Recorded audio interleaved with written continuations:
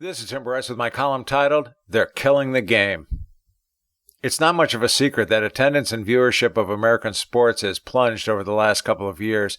Some pin the blame solely on the COVID-19 scare, but I believe it goes well beyond this. First, let's consider how bad it is getting.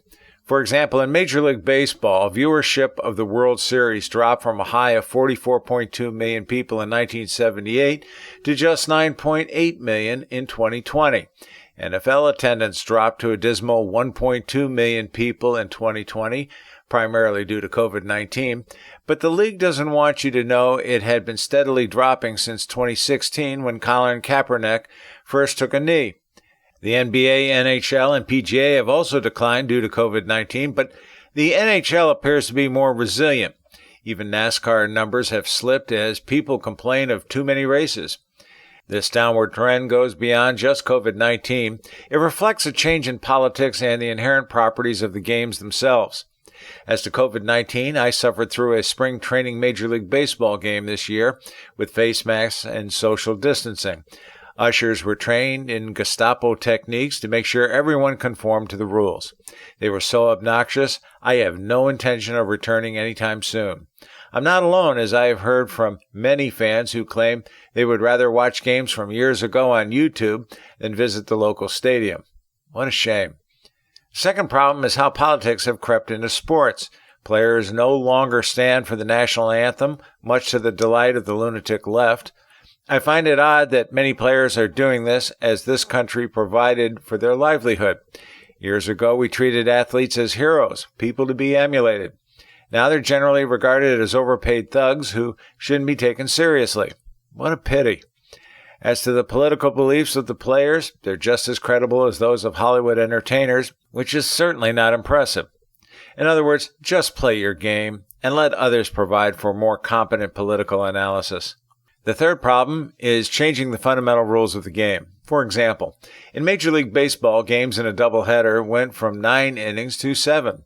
There are other changes MLB is experimenting with in the minors, such as larger bases, going from 15 inches to 18 inches, step-off rules for the pitcher, even an automated ball strike system, also known as robo-umpires, and more. All sports are considering rule changes and expanding schedules, all ultimately aimed at the greed of the leagues. To me, these changes to the game are analogous to Scotch whiskey. Whereas for centuries we enjoyed the fundamental flavor of the whiskey, today they have added other flavors to it, such as cinnamon and peanut butter, believe it or not. All because today's young people have palates trained for soft drinks and not pure whiskey. In other words, we can no longer enjoy sports for what they simply are.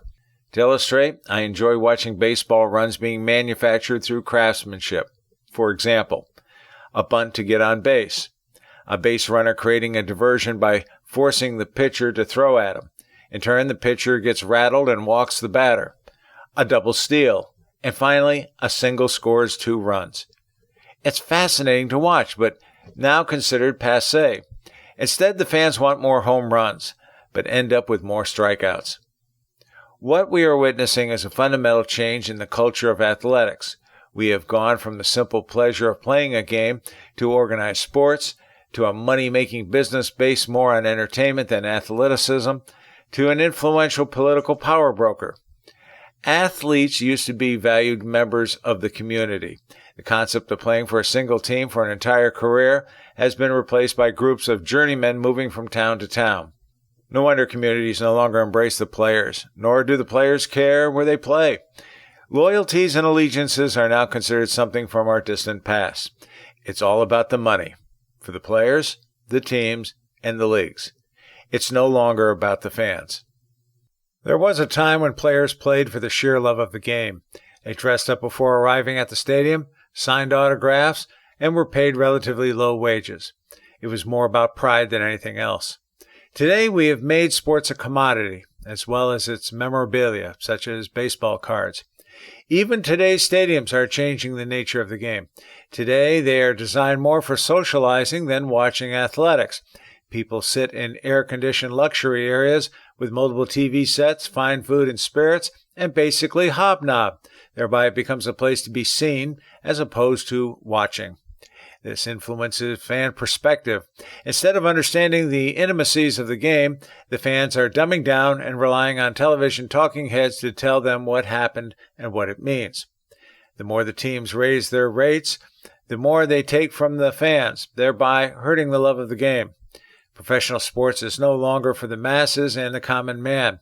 It is for the millionaires and billionaires who can afford the exorbitant season ticket prices and luxury boxes. Yes, it has changed radically over the years. There's no longer room in baseball for the likes of Johnny Bench, Pete Rose, Joe Morgan, Tony Perez, and the rest of the Big Red Machine. It's a totally different game today where aggressiveness on the base pass has been replaced by number crunching. The sad fact is we are beyond the point of no return. No matter how the leagues try to sell it, it will never be like it was, and herein lies the true reason why attendance and viewership is down.